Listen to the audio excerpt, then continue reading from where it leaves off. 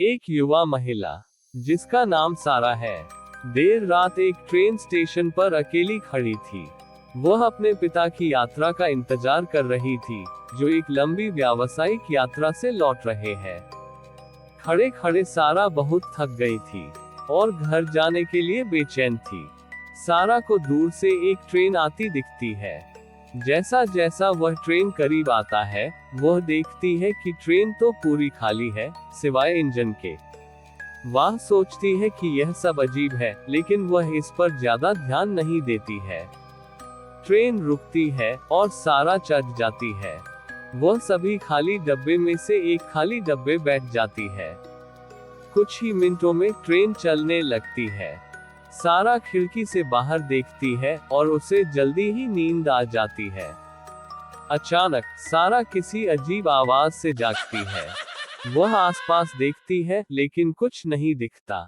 वह बिना आवाज के बारे में सोचे फिर से सो जाने की कोशिश करती है। वो आवाज फिर से आती है और इस बार बहुत तेज आती है। सारा डर जाती है।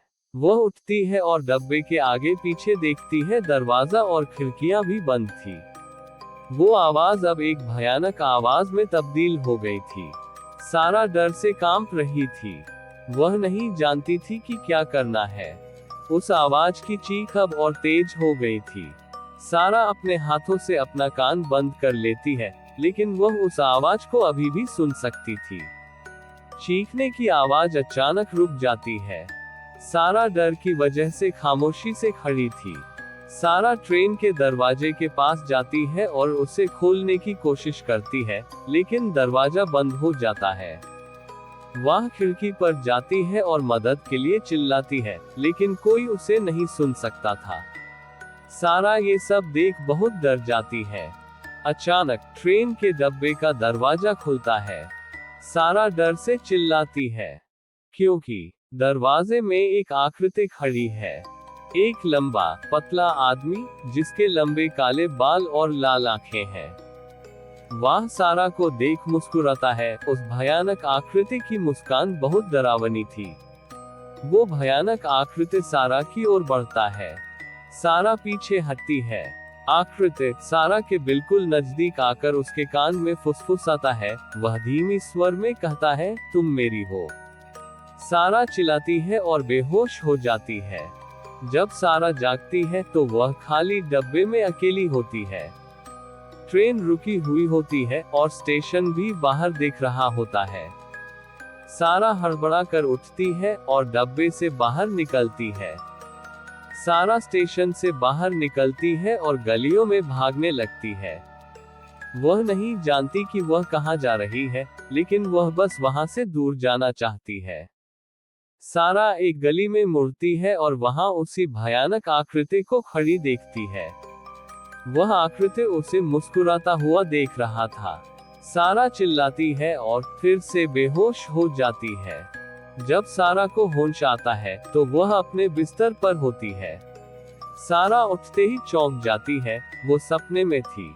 उसे सपना इतना सच्चा लगा कि उसने सोचा वो भयानक आकृति वाला आदमी सच में उसका पीछा कर रहा है। वो अपने कमरे में इधर उधर घूमती है। सूरज की किरणें खिड़की से आ रही थी। सारा सोचती है कि शायद थकान के वजह से उसने ऐसा सपना देखा होगा। सारा अपने पिता को फोन करती है। उसके पिता की आवाज सुनकर वो राहत की सांस लेती है। वो बात करता है कि वो स्टेशन पे है और उसकी ट्रेन आ गई है। सारा स्टेशन जाती है। वहां पहुंचकर वो परेशान हो जाती है। कोई भी ट्रेन आने वाली नहीं है। पूछताछ काउंटर पर पूछने पर पता चलता है कि रात को कोई ट्रेन गई ही नहीं थी। सारा की सांसें थम जाती है। वो याद करती है कि वो किस ट्रेन में बैठी थी, वो अजीब सी ट्रेन जो पूरी तरह खाली थी। उसे दिखने वाले सपने अब उससे परेशान करने लगे। क्या वो भयानक आकृति वाला आदमी सच में उसका पीछा कर रहा था? हाँ, वो किसी और चीज का शिकार हुई थी। सारा घर जाती है। वो परेशानियां और डर से भरी हुई थी।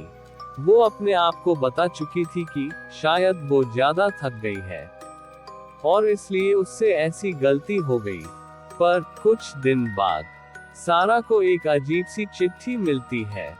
चिट्ठी में सिर्फ एक ही लाइन लिखी हुई थी, तुम तुम अभी भी मेरी हो।